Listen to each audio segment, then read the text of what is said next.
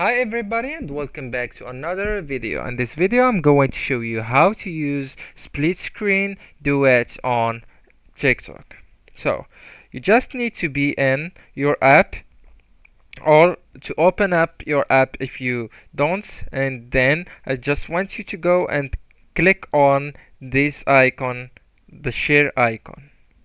Alright, but before you need to find that video or that reel that you want to use that option on it. Alright, so click on it just like that and then go into Duet. There's two circles.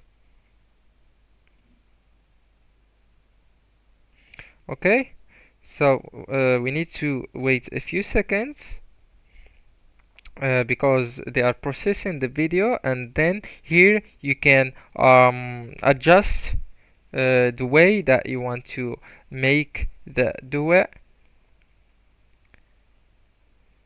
Okay, so everybody, that's how it's so simple and so easy to be done.